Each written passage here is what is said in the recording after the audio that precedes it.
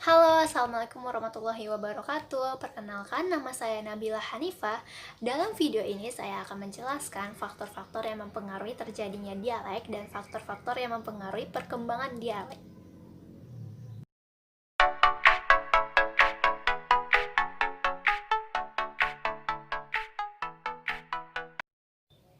Faktor-faktor yang mempengaruhi terjadinya dialek dibedakan menjadi dua, yakni faktor non-kebahasaan dan faktor kebahasaan.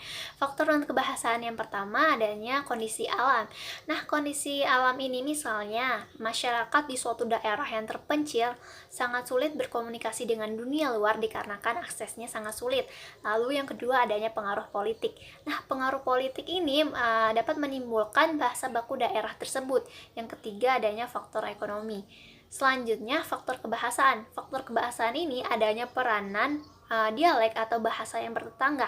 Nah, dialek atau bahasa yang bertetangga ini sangat menentukan adanya masuknya anasir, kosakata, struktur dan cara pengucapan bahasa. Bila suatu dialek bertemu dengan dialek yang bertetangga sehingga mempertemukan dua dialek tersebut akan memunculkan dialek baru atau bahasa yang berbeda, seperti misalnya bahasa Jawa di daerah Ketemanggungan.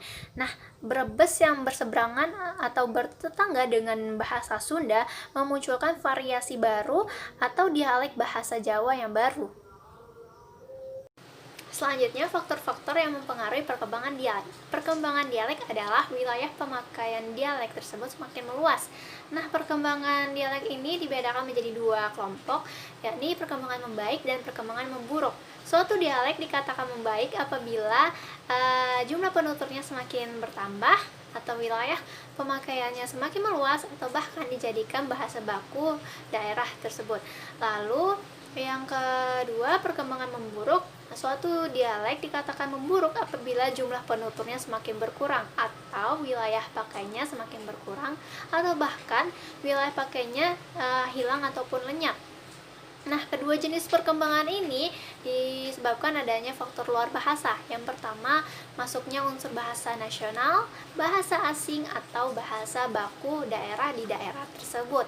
Nah, ini disebabkan adanya sekolah atau lembaga pendidikan dan berbagai arus informasi di beberapa media. Nah, yang kedua adanya faktor sosial. Biasanya suatu masyarakat meninggalkan kampung halamannya untuk mencari ilmu atau mencari pekerjaan ke kota. Nah, suatu masyarakat ini biasanya meninggalkan dialek kampung halamannya dikarenakan di kota biasanya memakai bahasa baku daerah atau bahasa nasional.